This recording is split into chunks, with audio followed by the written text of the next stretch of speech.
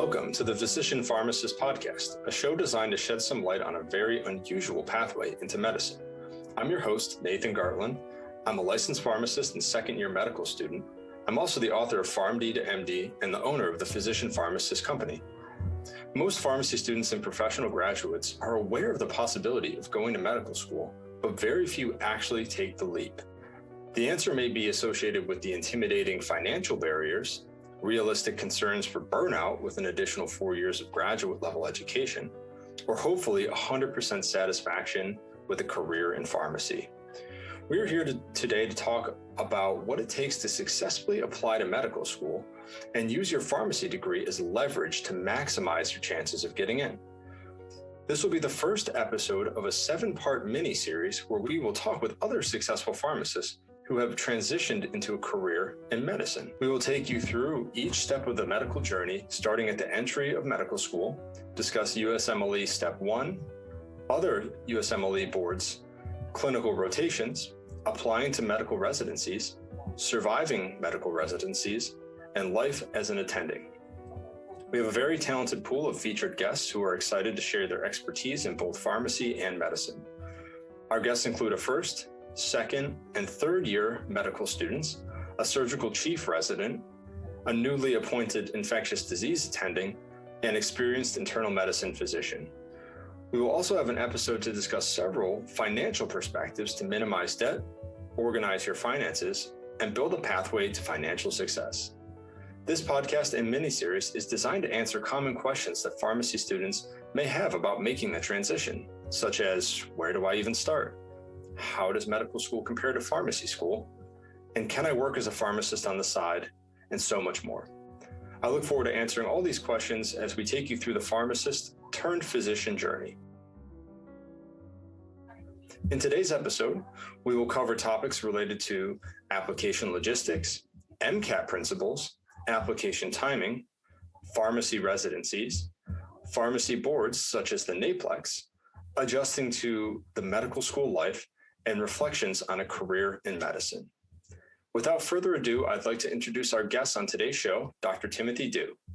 Dr. Du is a recently graduated pharmacist from Duquesne University and current first-year medical student at an osteopathic medical school in the Northeast United States. Welcome, Dr. Tim Du. Hi, how are you? Good. Thanks for joining us today on the show today. Super excited to chat with you.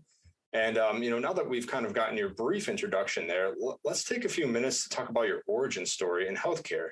What got you started with pharmacy in the first place? Yeah, so when I first started pharmacy, I really wanted to actually go into industry. And I think at that time, I didn't really understand that pharmacy was going to train me more in the clinical aspect. But despite that initial confusion, I ended up realizing that I really enjoyed the clinical aspect and that it was something that I definitely wanted to continue with. Love that. And so I guess with your pharmacy training, was going to medical school like always your plan?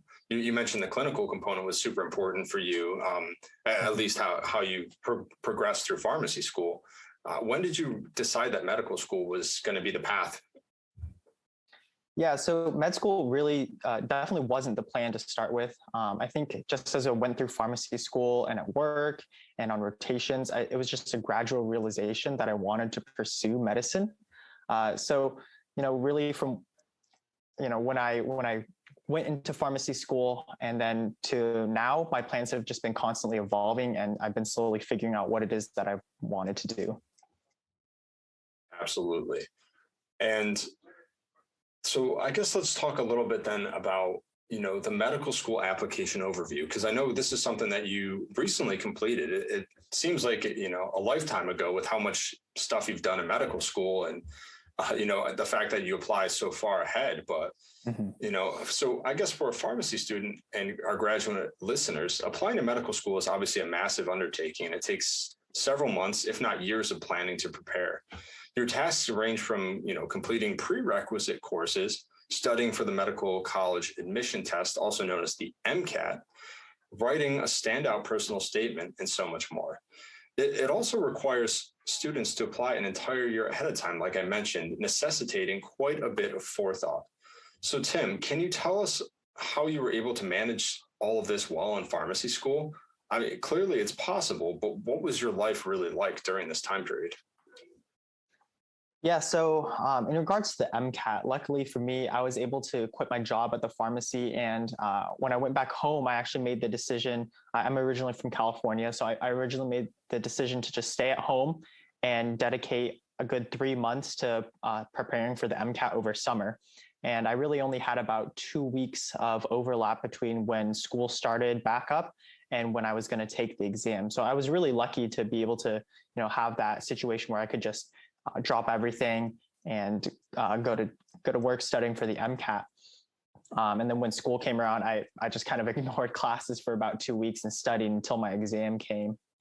And then the rest of the application process, that was really something that was a huge struggle that I didn't expect. I was lucky to have great mentorship from yourself and from Bryce, who I believe is another guest on this. And you guys really did a great job, giving me the ups and downs of what I needed to do to get started and be successful in this process. Yeah, that's wonderful. And it was a pleasure, obviously, working with you and sharing our lamenting on our struggles, to get to the point where we're at right now.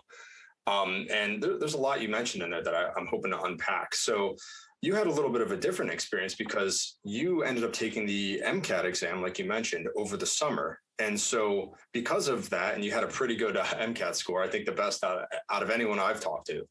And because of that, it allowed you to have, I guess, an extra year of time or a lot larger of a preparation period to really craft a good application versus myself and Bryce, who were on our second attempt at the MCAT, struggling to do it during the semester. So our experience, I guess, was a little different in that approach. So my question for you is how did you handle the added requirements to, shadowing experiences? How did you bolster your research at that time period during that final year leading up to your application point?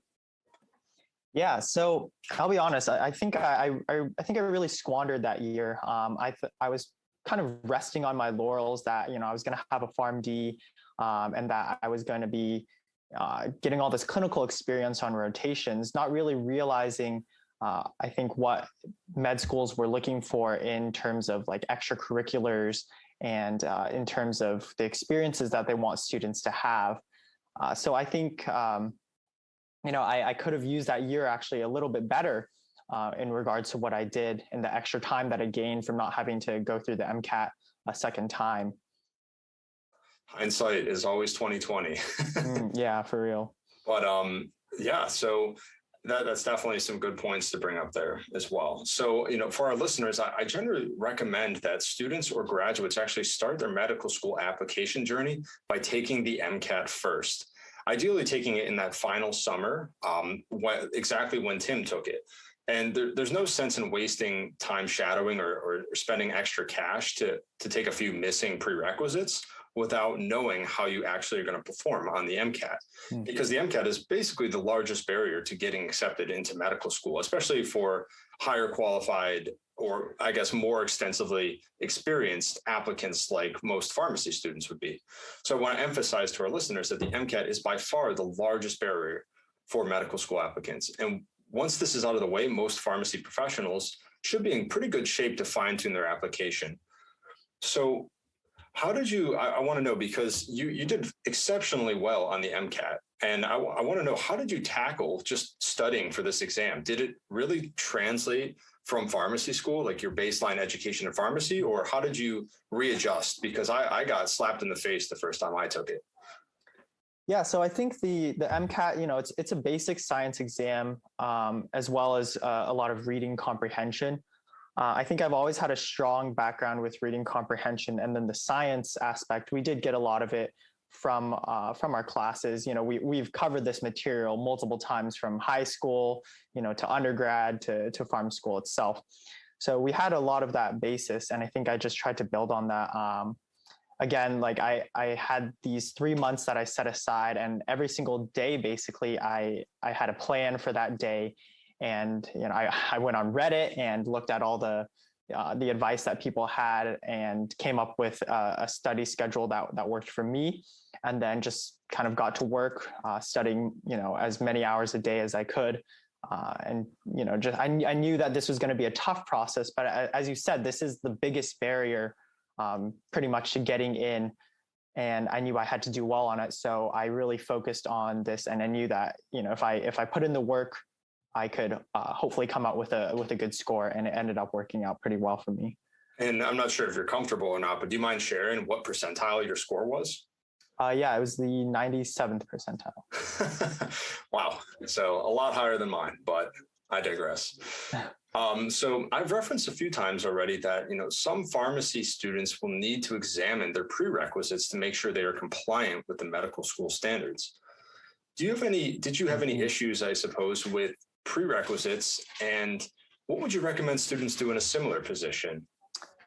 Yeah, this was actually a huge issue for me. Not so much as the classes itself. So most of my pharmacy school classes did translate over and were acceptable. I only needed to take Physics 2, and that was not even for most schools. There was just a handful of schools that I was applying to that required me to take Physics 2. So I just did that at another school to save some money and did it on the side, and it was not really much of an issue. The only thing I have to say for that is make sure you look very carefully at whatever schools you're applying to, because they all define what counts for different categories in different ways. So you're going to want to make sure that your courses actually do match up for them, and that you actually have met all the requirements for all the schools, because some of them you will not actually meet the requirements for if you read what they say. And it's up to you to decide whether or not you want to take the extra courses, whether or not it's worth the extra money to take the extra courses just for this one or two schools, because most of your courses, I believe, should transfer or translate over and be counted as successful credits that will count towards your application. Yeah, that's really cool. Yeah, go ahead. I was just going to say the biggest thing for me actually was my degree. Having the PharmD, I thought would mean that I was good to, prerequisite wise for every single school. Unfortunately, some schools say that they require a bachelor's, and some schools take that literally. And I actually ran into a few schools that wouldn't let me apply just because I didn't have an actual bachelor's degree. I kind of assumed that having a PharmD would be considered sufficient. But that's something to, if you see that on a website, something to definitely contact the admissions office and see if they're going to accept your higher degree if you don't have a bachelor's degree, though I know some pharmacy schools do allow you to have a graduate with a bachelor's. Wow, there were a lot of great nuggets in that right there. So I just want to emphasize that that's a great point, that you 100% should reach out to some of the programs and make sure on your first point that all of your prerequisites are going to be accepted. Mm-hmm. So make sure you're not throwing away cash to programs that you don't have the prerequisites for, and you have to decide, like you said, whether or not that's going to be worth applying to it. Now, let's say that program that you're interested in is in your home state, right down the street from your family. Well, then you might have to actually take that extra course. Right. And it really depends too on your baseline pharmacy education. And like you mentioned, like I didn't have Physics 2 as well. And so that was another challenge of finding a program that would accept that. And then also having to transfer in additional transcripts and everything. So it did add a little bit of an extra headache to the process, but nothing too crazy. And then, that's also a great point, bringing up the fact that is a common issue with a lot of these non-traditional applicants, is that if you don't have that standard bachelor's degree, it can actually hold up your application. And I write about this a little bit in my book, and I came across it and I was bewildered, like you mentioned, with your own personal experiences. How is this PharmD not acceptable, but a bachelor's somehow outranks that? And I think the best advice you said was to definitely reach out to a program that might have some kind of discrepancy or issue with that in your application, and do proactively reach out before you've allowed this application to fall into the trash bin, or before you get lost in all the wait lists and everything like that. So that's a great tip to reach out to these programs and make sure it's not a lot of programs that do this. I will say, at least in my experience, but there are a handful. I'd say probably 5 that I can think of that would had issues with this. But all right, so transitioning into a slightly different topic, but students are always wondering how many programs should they apply to. Do you mind briefly sharing how many schools you applied to? Yeah, I applied to 27 MD schools and 5 DO schools. And would you say that's above the average or a little bit higher or lower, or do you think you applied to too few, too many? I think I'm trying to remember the stats that I looked up when I was applying. I think it was a little bit around maybe the low end of average, if I even hit average. Some people applied to quite a few schools, but I think that was around a good number that I decided to stop at, because I also had to consider my financial status at the time as well. Yeah, that's a good point. And I think the best way to answer this question is, how qualified is the applicant? Are you looking at do you have a Nobel Prize and you're, perfect MCAT score and you have a 4.0 GPA? Well, you might not need to apply to 55 different programs because you're likely to get into the first three that see your application versus, someone who has slightly less qualified or is, looking for very specific metrics in a particular medical school, like ones that have very strong research background or so on. So there's other things to consider, especially. So I think that's a good way to tackle how many programs should you apply to? Well, how competitive are you? How much money do you have to throw into the wind? So exactly. There's a lot of other features, but good answer. So in my book, PharmD to MD, I argue that a bad medical school application list can sink even the most prestigious pharmacy applicant. This would include applying too heavily to quote unquote reach programs, low yield programs, and programs with heavy in-state bias. You mentioned already, but as a California native, how did this impact your application decisions? Perhaps you can explain the California application dilemma. Yeah, it's tough being an applicant from California. So I still applied to pretty much every California school. I did know that my chances of getting in, especially with my demographic, were pretty low. So I had to apply very broadly to make up for this. And I really looked into each school's applicant profile to see the percentage of their out-of-state applicants, and then how many of those were accepted, how many of them got interviews, and so on. I also made sure to check, what minorities they let in. And from there, I was able to kind of make my decisions about where I was going to apply. I think the California market, or for the California application, is extremely difficult just because it's such a destination for everybody. And then also you have all the California students who want to stay there as well. So you really do need to take in where you're from and where you think you can get in with regards to the out-of-state applicant profile for each school. Yeah, that's a good point. I've thrown away quite a bit of money applying to programs that had very heavy in-state bias, and that's something I wish I had paid a little bit more of attention to. I guess, like, going off script a little bit, do you think that for students who might be originally from California but are in pharmacy schools in different states, do you think it would be fortuitous for them to potentially change their permanent residency status when it comes to applying to potentially like states that have a lot of medical schools, like New York State or Pennsylvania that has, upwards of 9 medical schools? Yeah, I think I really seriously considered doing that. The only reason I didn't was because I was hoping if I did get a school in California, then I would just end up staying there, and I didn't want the hassle. Though, again, hindsight, I think it might have been a wise idea to change my residency to a different state, perhaps. Pennsylvania, I do remember they don't have the biggest in-state bias. There's maybe 1 or 2 schools with a huge in-state bias that I didn't actually end up applying to. But if you're thinking about other states that have a much larger in-state bias, then that's definitely something I would consider doing. Awesome. And I also believe you applied to pharmacy residencies on top of medical schools. So yes. This is something that I never got around to personally, and I'm very curious to learn more. What motivated you to apply to pharmacy residencies, and would you have entered the match if you hadn't gotten an acceptance sooner? Yeah, honestly, I was really just looking for security. It took a long time for me to get my first acceptance, and I wasn't sure where I was going to end up. And I thought, if I don't get into med school, I definitely want to do a residency, and that'll be a great way to gain some incredible experience in a gap year, because I was still going to apply after first year residency, most likely. So I had no acceptances at that time, and I just started the process. And I think if I hadn't gotten an acceptance, I would have entered the match. Yeah, absolutely. And that would have made you extremely qualified for a position in the future, or to apply to medical school in the future, because you had the grades and everything for it too. Mm-hmm. And, for our listeners, it's pretty crazy how long the application cycle is for medical school. A lot of the forethought goes in, and you're planning in April of the previous year. And then you apply in June, and then you get everything pushed out in July.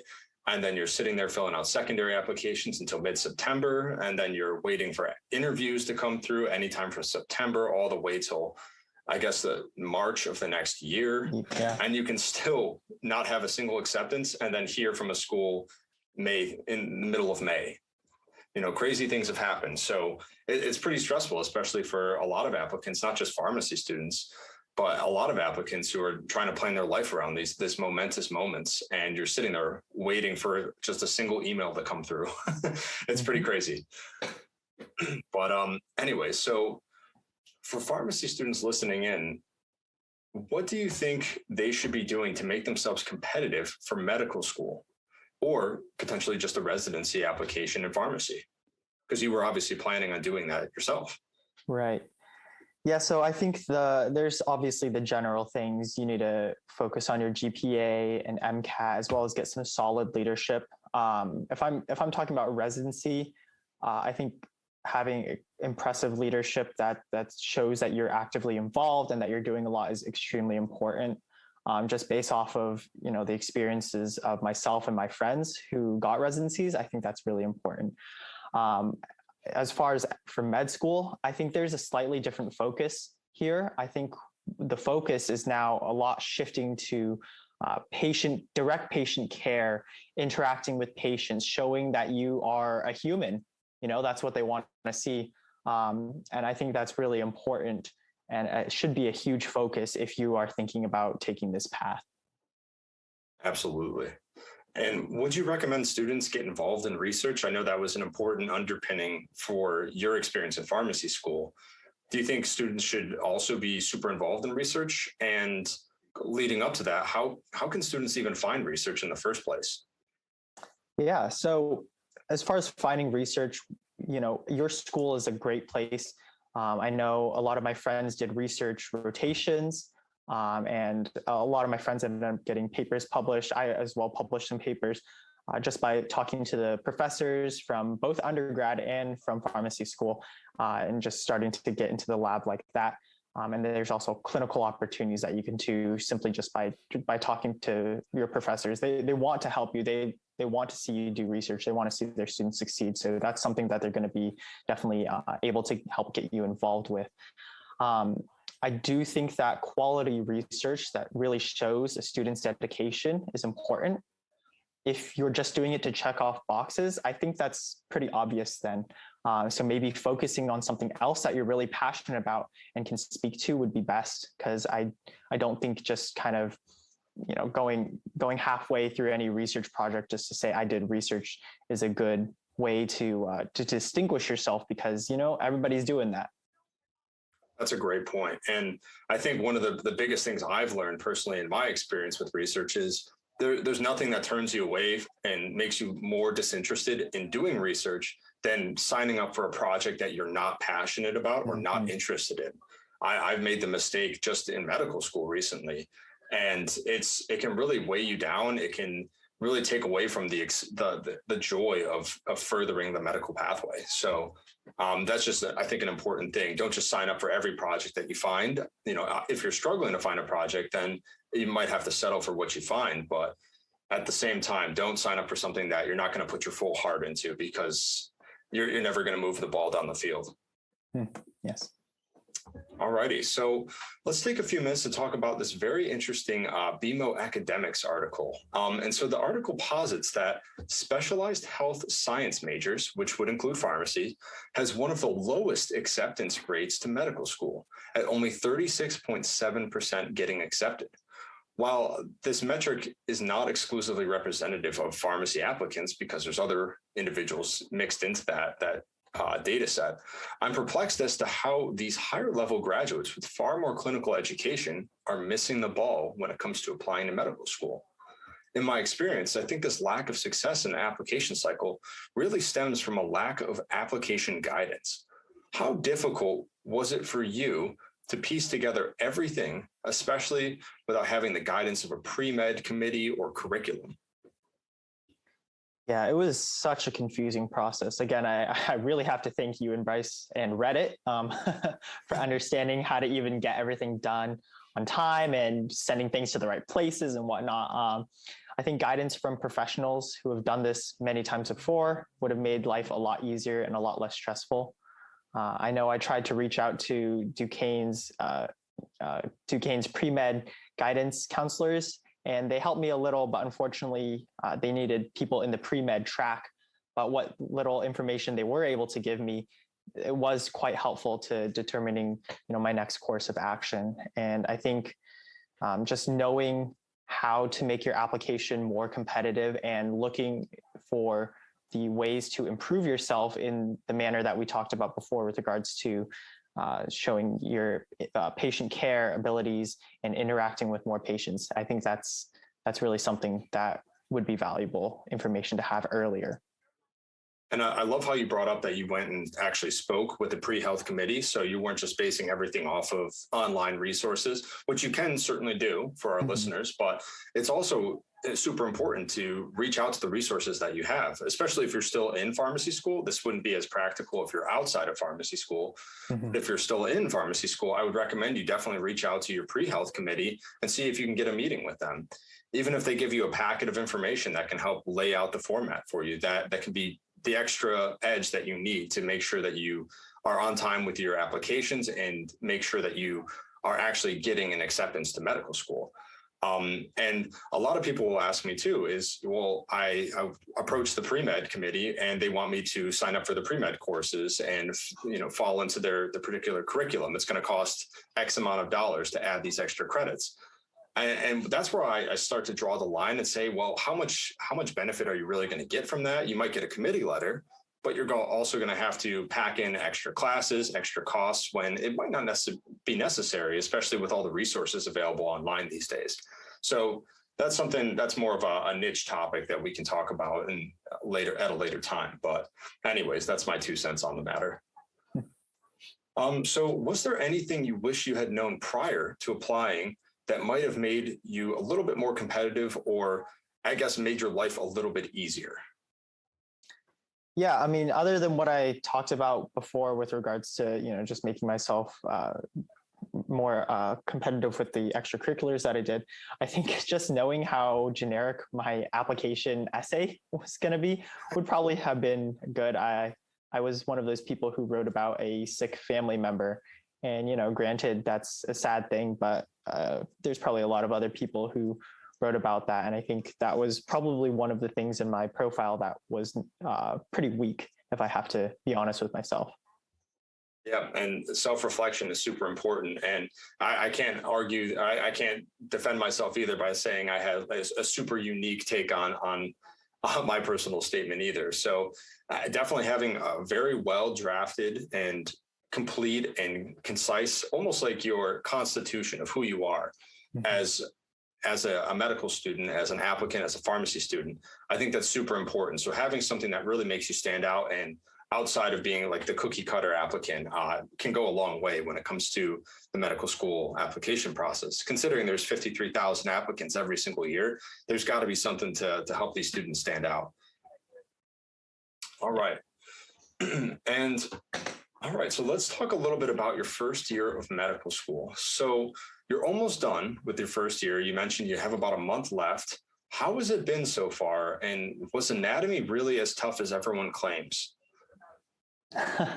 Yeah, anatomy was a whole other beast. I think really, though, the biggest adjustment was the workload. In pharmacy school, it's not like I wasn't used to studying a lot, but I was used to having some breaks every so often and feeling caught up.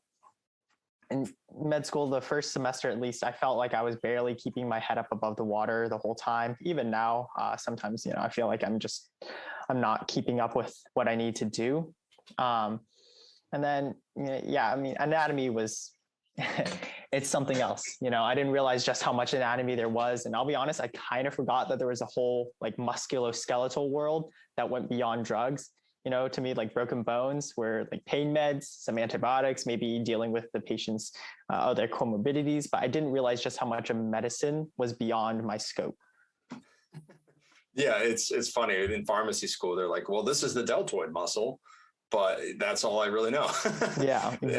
Outside of that, and now I find out there's like 15 different muscles just in that area and around. So it's just a funny observation. And it's something too, in reality, like we don't get a lot of experience. That I'd say that's the one part of pharmacy school that doesn't really help quite a bit, is that there's no baseline anatomy training. We have like a fundamental anatomy course, and this might be different for each pharmacy school.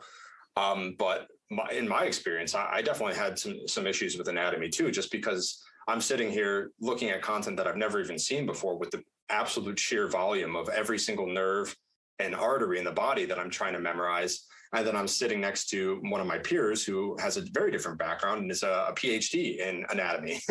So yeah, it can be a little stressful, and you have like a little bit of imposter syndrome because you come from pharmacy and all these clinical rotations and you're a top dog and you're about to be a pharmacist, and then you get sent back into the anatomy lab, and it's a very humbling experience. So I'd agree with you. And a popular question I get is, how does medical school compare to pharmacy school? The answer to this question is going to be obviously slightly different on, depending on each individual program. However, I do think that they're very similar in academic rigor. I think there is slightly more volume, like you mentioned. And so I think a reason for that is that it's interesting that most like class competition increases dramatically in comparison to pharmacy school. I think this primarily stems from the fact that 100% of medical school students need to merit a residency position, in contrast to pharmacy, which only about 50% are competing for some of these positions. So how important is having a collaborative medical school class? And when does it come, I guess, when it comes to stress management and student welfare, how important are those things? It's so important. If I didn't have the friends that I've made in med school to lean on and learn from, I would not be nearly as successful as I've been. I was able to study with people and have other people to talk to who understood what I was going through.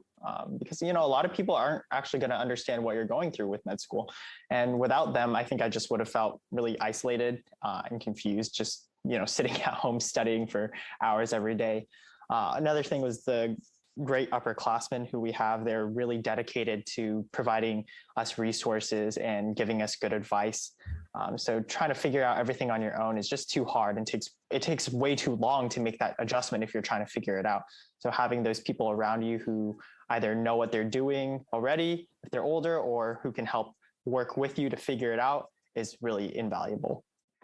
I'd agree entirely. And for our listeners, if you're ever stuck between two medical schools at the end of the day and you have to choose, go to the one that has a collaborative experience, one that has students that you really vibe with, because it's going to make all the difference with your whole experience. You're going to be so much happier. You're going to be so much more successful versus going to a program that's going to be much more cutthroat. Unless you're one of those people who enjoys that. Yeah. So kind of going back to my question I mentioned in the previous prompt, but how would you say medical school compares to your pharmacy experience? You kind of prefaced this a little bit, but do you mind exploring that a little bit more for us? Yeah, I mean, I totally agree with you. It's absolutely not harder content-wise. It's just more stuff to learn. Instead of just learning about the drugs, you're learning about everything. It kind of makes sense that it's going to be a little bit more. Also, it's squished into a shorter amount of time, 2 years versus 3 years of didactic, and then 2 years of rotation. As far as my classmates, I feel that I'm in a good place to be a competitive applicant for residencies. I think just really making the adjustment to the workload, that was the most difficult thing. But once you can do that, and I think most people from pharmacy school will have a good background with regards to how much we need to study, I think the adjustment isn't more than just learning that I need to spend a little bit more time studying for everything. Awesome. And is there anything you think pharmacy school did better or vice versa when it came to your education? This might sound obvious, but pharm. Right? Surprisingly, that's not as obvious though for a lot of people listening in. That's true. Yeah. Talk a little bit more about that for me. I mean, now I know, why there can be so much disconnect between pharmacists and physicians. I see what we're learning in pharm school versus what we're learning in my pharmacy classes at my school. And I realized that it's kind of a whole different focus and a whole different world of what you're aiming to do with regards to the pharmacy education. And so I hope in the future to maybe be able to bridge that gap and improve patient care by fostering understanding on both sides of the differences in our education and seeing how we can work together better to make better outcomes for our patients. But really, it's been surprising to learn what we do and what we don't learn in my pharm courses. Yeah, like everyone complains in medical school when every single drug shows up. They're like, "Oh my gosh, another pharmacy question!" I get so excited because they're. And the crazy thing is that they're not as common as you would think. Medical students, at least in my experience, don't receive quite enough, in my opinion, medical and pharmacy knowledge when it comes to applying the pharmacy and the drugs. They learn that like atorvastatin exists, okay, but now what? Well, let's talk about all the other statins. What do we do when the patient has myopathies? Like all these second line principles and optimization of care are completely overlooked, at least in the first 2 years of the medical school education. I can't speak on the next 2 years because I'm not there yet, but I'm sure you have like similar experience. Yeah, no, I completely agree with that. Even down to my school does patient or problem-based learning. So we have cases, and just down to the cases that we get with the drugs, the cases might have been written like 20 years ago, and the drugs are so outdated. Sometimes we don't even use them anymore, or they're putting a heart attack patient on 10 milligrams of atorvastatin, and then the patient drops their LDL by, like 70%. And it kind of, I understand, this is the first year of med school, but I feel like it sets up an unrealistic expectation in the minds of some students if they don't have somebody there telling them that this is not the way that these drugs work. Oh yeah, like the patient has hyperlipidemia. I put them on atorvastatin. I'm done. My job's done. Check the box. Exactly. But there's so much more that goes into it, and I think pharmacists appreciate that. And I also love how you brought up that is one of the issues in the disconnect between the two professions.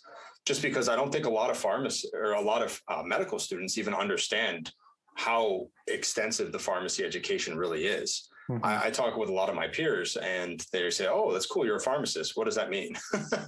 And I'm surprised at how little of them really understand the depth, despite being so clinically knowledgeable and relatively exposed to the healthcare setting. So I think that's also just an interesting observation I've seen. All right. So how do you decompress after a long day of studying? I guess, what do you like to do outside of school that keeps you sane? Yeah. I might not be the best person to ask this, but sometimes I'll just sit down after a day, and I've gotten into chess. Over COVID, kind of got into chess, and I just play chess. Whenever I eat, eating is kind of like I like to enjoy my food. So I sit down and I eat, and I don't do anything. Like some people watch like ninja nerd videos or lectures. I'll just watch TV when I eat and just, chat with my friends and my family whenever I can. And then after exams, usually my friends and I will go out and enjoy our evening. Wonderful. And I love how you mentioned chess, because it must be some kind of first year medical student phenomenon where all first years love to play chess, or maybe it's just a bunch of pharmacy nerds like ourselves. But I got into chess actually at the same time period. I still play casually, but not anything crazy. It's just a fun exercise outside of the medical realm. Yep. Awesome. So what are you looking forward to most in medical school? I'm really looking forward to rotations. I remember in pharmacy, I really did so much learning on my rotations. I felt like going into them, I didn't know anything. And then coming out, I knew so much more, I felt like. And so I know that it's going to be a very different experience. I hear that med school rotations are much more intense because these do end up impacting your grades for residency. But I'm still really excited to see where I end up for my rotations and to see, what I can learn from them and how I can actually start applying what I have in my pharmacy background to my new medical school education. And I'm not sure you would agree with me or not. I'm sure you have a similar mindset, but I would say that it was a little frustrating going back to school, going from the clinical setting on API rotations and having all this hands-on experience and having the medical knowledge, astute to take the NAPLEX within the next couple of days. And then I come to medical school and medication knowledge, all that extra knowledge is so far kind of going onto the wayside. I'm starting to lose and I'm having trouble retaining it because I'm putting in all this new information. And I definitely would say that it's a little frustrating because we don't use all this knowledge and we're back in the classroom instead of basically we're back on the leash and we're not out there in the healthcare world making clinical decisions and learning, hands-on. No, I mean, I completely agree with that. It's very frustrating. When I come across a drug and somebody asks me, "Oh, Tim, you're a pharmacist. What's the mechanism for this drug?" And I can't even begin to think of it. I'm like, this is in this class. And all this knowledge that I used to have is just falling out of my brain, I feel like, at a pace that I can't even keep up with. And so, it's just a constant battle to try to look up what I'm forgetting and try to hold what I do remember in my head. Yeah, I think we're under unique circumstances too, because we're kind of blending the two fields together with all this extra knowledge from both sides. Mm-hmm. And I think too, the question, and I might get burned at the stake for saying this, but I don't think that pharmacy mechanisms are super important. Obviously, there's certain drug classes that you have to be aware of, and you got to make sure you understand the pathophysiology of it, especially from a medical school standpoint. But at the same time, when you just mentioned that classmates asking, "Oh, what's the mechanism of this?" Well, what's the matter? I know exactly when to use this medication and all the side effects and how to manage this patient's, now they have myopathies. Let's figure out a treatment like algorithm to optimize that. Or how can we reduce polypharmacy, not add more mechanisms? Exactly. Yeah, that's the frustrating thing, because I've had, you have these working mechanisms in your head. You might not know the exact enzyme or kinase that this drug works with, but it doesn't matter. And unfortunately, that's not something that people realize. And you kind of mentioned it before. You get kind of like this imposter syndrome. Like you're this pharmacist. You come with all this clinical knowledge, yet why don't I even know how whatever drug works? And it's a little frustrating to get thrown back into that when you haven't needed to think about it for so long. I got a question the other day on PCSK9 inhibitors, and I sat there and I was just like, "Oh my gosh, I should know this." But again, it's something so rare that you don't see it too much, especially in the medical school curriculum. So I saw it, I was like, "Oh, geez, imposter." But anyways, so last time we talked, you mentioned that you were interested in finding a casual pharmacist position to work on the side while in medical school. I was wondering, have you been working? And I guess, are there other upsides to doing this besides the added income? Yeah, so I haven't been working like full-time or part-time or anything. Obviously, there's just really no time for that. I've been picking up shifts occasionally at a friend's independent pharmacy. And over the summer, I'm hoping to maybe find another job or just increase the hours that I work at their pharmacy. Over the summer. There's definitely benefits to working. As we just talked about, if you don't use your knowledge, you lose it. And it's just so true. I find myself constantly forgetting all these things. And I think working helps you to constantly get that reminder. You can run through what's this brand generic when you pull a drug, or, you can see the doses, and that's how you learn doses easily. And it also helps keep you updated to the changes in our field, which is, there's always things changing. And if you don't keep updated, you're going to fall behind so quickly. Yeah, that's a great point. I think like just keeping your feet wet and making sure that you're used to all the medications that you see, it's going to help you far down the line, especially when it comes to your clinical residence or clinical rotation, excuse me, just having that like baseline knowledge and that you've refreshed through your employment, I think is a great thing. And additionally, it's also just nice to talk with other pharmacists and other individuals in the pharmacy world, because medical school it's pretty intense, and you come across a lot of people with different backgrounds, but very few people understand or appreciate the kind of training you've had. A lot of my peers are, traditional undergraduates who've never done like doctorate level work, and they're doing fantastic in school. Don't get me wrong, but just having someone who has that shared trauma to talk about it's always nice. Yeah. All right. So lastly, have you started looking into summer research project? I know you just mentioned that you were going to be working a little bit more. Is that something on your radar? Yes, it is. It was actually surprising to find out just how important, or rather, for certain residencies, maybe less important it is to do research. But I am looking into doing research actually with a physician that you're having as a guest on this podcast later. Oh, wonderful. Who is it? Dr. Smith. Oh, no kidding. That's amazing. Love that. So I'll have to ask him about that when we do the show. We'll see what we get by the time he's recording. All righty. So we're coming to the final few minutes of our show today, and I want to ask you a few closing questions. So what specialty are you currently considering? I know it's pretty early, but it never hurts to start thinking about it. I already am thinking that you might be interested in a particular topic just because of the research you just mentioned, but I'll let you answer. Yeah. So as you'll find out, right now, I think my goals are probably ID. But, as my whole career pathway has shown, things do change. So I'm just kind of looking forward to see what the future holds, and we'll see where I end up. I love that you have already a sound foundation into what you're interested in. Not to say that it's the worst thing in the world, but I'm pretty undecided right now, and I wish I could really hone in on something, but I've been holding my breath until rotation starts. So yeah. I got to figure out something soon, considering my residency applications are due in a year or so. All right. So how do you think having a pharmacy degree will help with your ability to practice medicine or communicate with patients in the future? Yeah, it's really going to be invaluable, I think.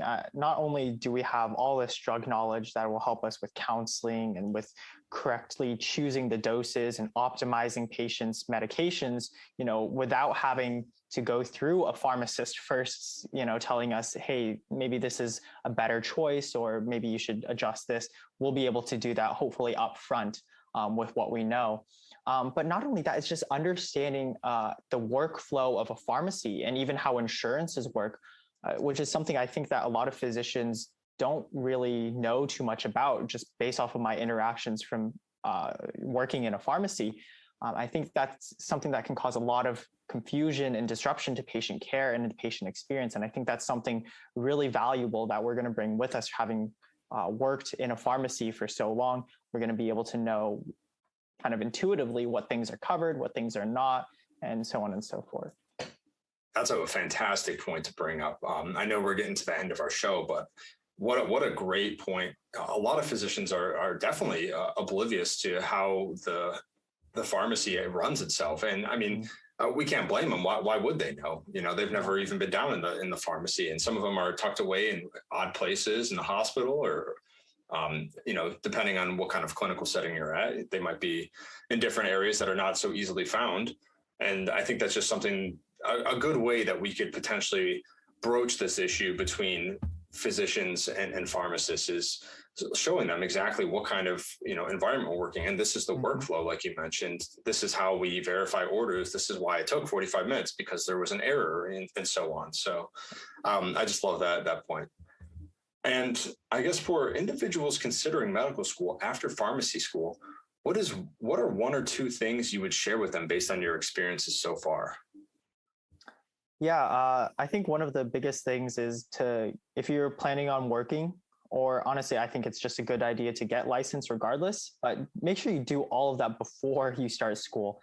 Actually, I took my NAPLEX before we started, but I ended up taking my NAPLEX after the first semester and trying to study I took my MPJE after the first semester, and trying to study for that on top of school is so difficult. So just make sure you get everything done up front. If you have to travel a little to take a test, it might be worth it. That's one big thing I think that students should do if they're planning on working at all. And then just, you've done, depending on your program, I did 6 years of pharmacy school or 6 years of school beforehand, and then came straight into med school. Just remember why you went down this path when it gets tough. It's hard to keep that in mind sometimes when you're drowning in schoolwork, but remember your goals, remember what you're working to, and remember it's going to go by a lot quicker than you think. Yeah, it's crazy just reflecting back, like just how fast this past year has gone. It just seems to accelerate even faster and faster. So every year, a lot of good advice in there. But alrighty, so we've come to the end of our interview, and I'd like to thank all of our listeners for the support. If you have any additional questions about the medical school journey, check out my website at www.physicianpharmacist.com. Before we let you go, Dr. Tim Du, how can our listeners get in touch with you? Yeah, so my cell is pretty open. You can give me a text, just introduce yourself and let me know who you are. Otherwise, you'll be marked as spam. But it's 951-746-0957. That's probably the easiest way to contact me. Alternately, you can contact me at t.pharmdo@gmail.com. All righty. Well, thank you so much for joining us on the podcast, Tim. I look forward to seeing where medicine and pharmacy take you. Have a wonderful night, and thanks again.